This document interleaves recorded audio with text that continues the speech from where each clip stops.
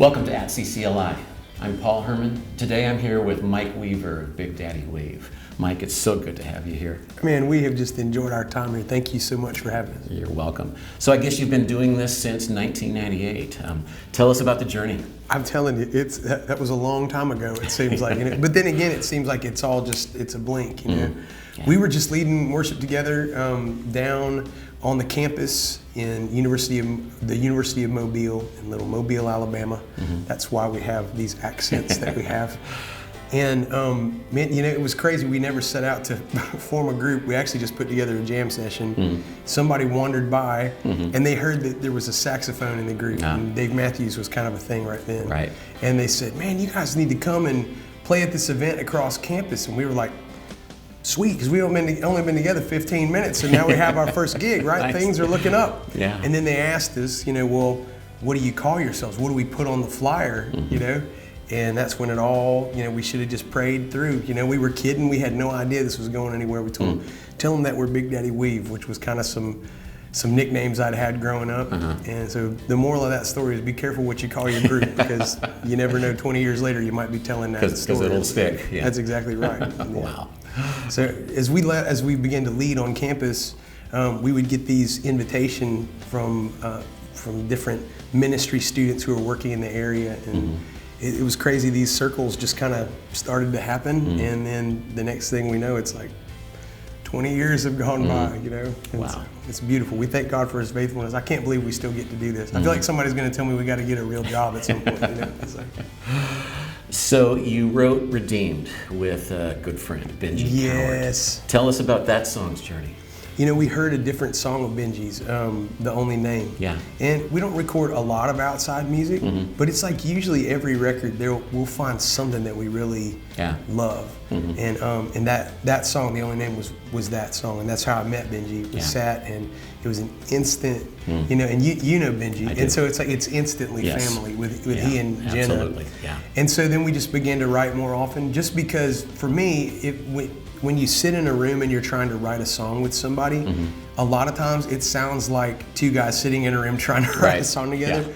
But when you find somebody that is just genuinely great fellowship, I think great songs are born out of just genuine and great fellowship. Yeah. And so Benji was still living in Buffalo, New York, and he was leading at the chapel. Right. And we were writing via Skype, and man, the Lord had just brought me through a season, man, really almost a lifelong season of self-hatred. I never knew how to say that I hated myself, but I knew that I always was wishing I was somebody else, wishing I was different some way, And the Holy Spirit met me in my basement. And as I was sitting down there with Him, telling Him everything that I hated about me, and literally just did a work in my life where He showed me that for me to see myself some way different than He does, is like telling Him He doesn't know what He's talking about, And so I just began to agree with God over who He says I am. Yeah. And He's not looking at my ability to please Him, right? He's looking at what Jesus has done for me. So I'm telling Benji all of this, and we're having this conversation over Skype.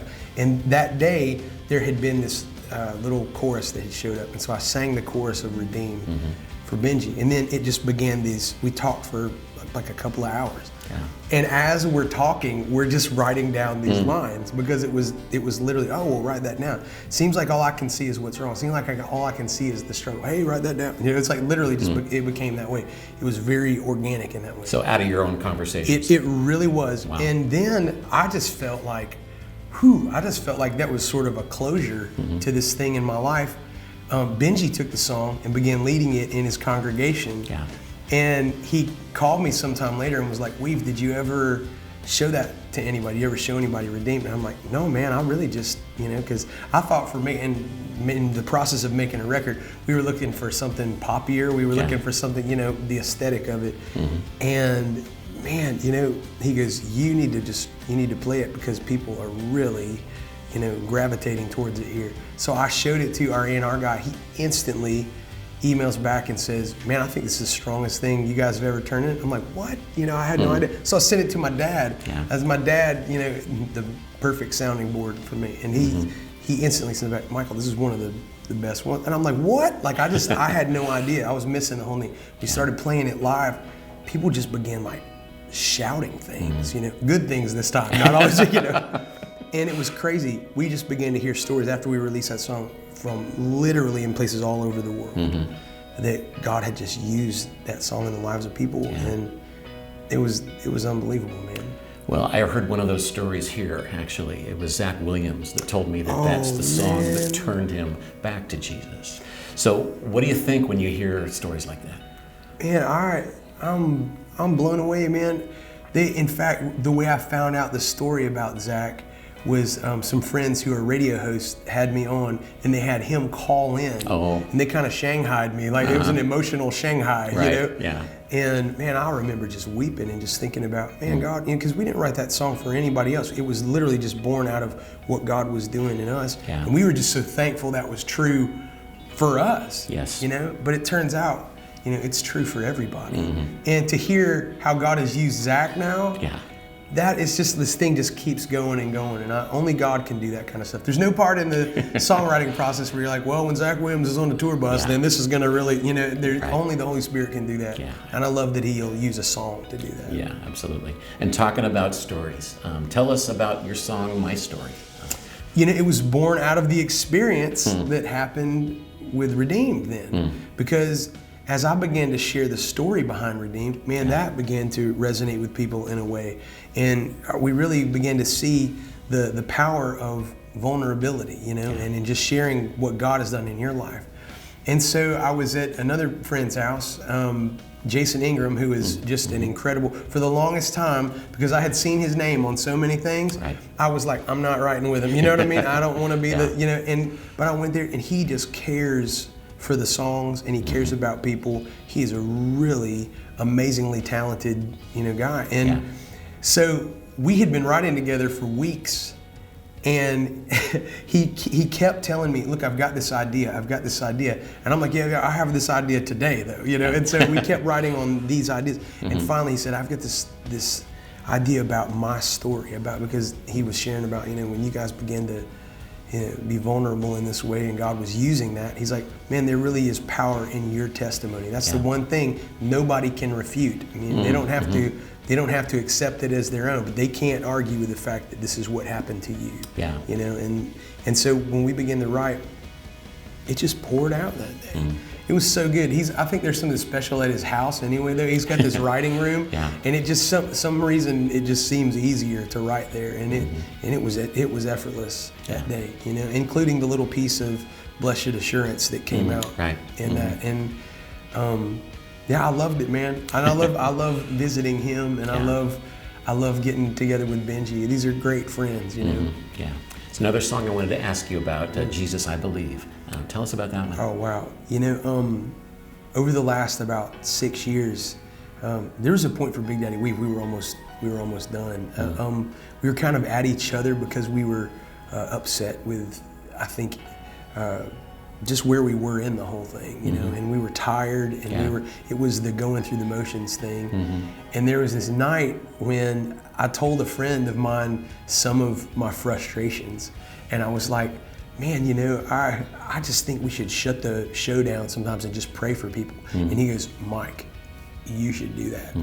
And I was like, oh no, because I didn't really mean it. I was just talking a bunch of spiritual sounding something, But he was there that night, and he stayed. He goes, you should do that tonight. And I was literally afraid to let him down. It was like this kind of spiritual pride or something, this kind of, And so when it came to that part of the show, I stepped out, and I didn't have to think anybody was coming, but I just said, man, if you're hurting tonight, I'd love to pray with you. People just started lining up. And then every night the Lord just began doing greater and greater and greater things. Till now, that really is I feel like we're enduring the rest of the music part so we can get to the part where Jesus moves. So the song Jesus I Believe, I wrote with Jason Ingram as well.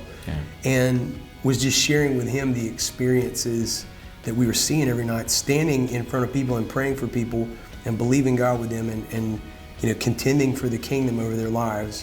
But hearing like scary things every night, in the lives of people, and really just having a sense of desperation, saying, God, we need to hear you right now. We need to know, what you want to do, God, and how you're going to move, and how, and it's just about this this pursuit. The thing about Jesus, I believe, is that there is not like a resolution. It really is just a cry. You know?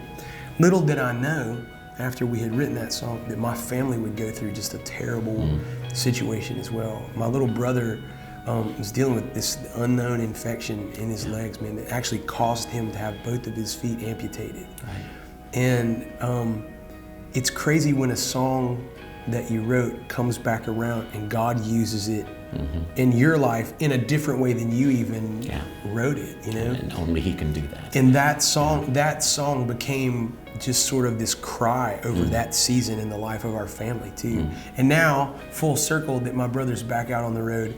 He's learning to walk again with prosthetics, and it's been hope to a lot of people who have seen him and watched him go through the process and not have belief that has wavered, you know. And it's beautiful. That became an even more real life song for us. Wow. So any final thoughts at all for our worship leaders and worship teams out there in our churches? You know, what I think, and even as I watch some videos, you know, and I'm so proud of what you all do here. Thanks. And it's really beautiful. Thank you. And I led worship in my home church for many years. And I remember there's so many things that even as I look around this room, the things that people can't see, there's so many technical things in this room right now. It's so easy for the technical side of things to scream the loudest. And you're you know, filling in blanks and you're crossing things off the list. And it's easy to forget what the whole thing really is about, you know? And if we don't have that moment by moment relationship with Jesus that He purchased for us, that intimacy, you know? Everybody thinks about the cross and they think about, man, my sins are forgiven, and that is beautiful, by the way. I mean, we need that, right? But man, I think the greater beauty to me of the cross is that it reestablished intimacy with the Father. And whether people realize it or not, that's what they're desperately in need for, you know? To know the one who made them and be in relationship with Him. So I think the challenge, and I think that the thing that my prayer for the church and the leadership in the church is that, you know, that God is just, you know, raising up people who are just lovers of Him first, you know? And we would take on His agenda, you know, not our agenda, or not, and instead of looking to the left and to the right, you know, how we're going to do whatever, you know, to really receive from God what it is that He's doing in the moment, and then really just to invite people into that intimacy. You know? Amazing. Mike, this has been a great session. Oh, man. Thank you so much. Thank you for having me, man. Thank you, brother. God bless you. It was an honor. And thank you for watching. Take care.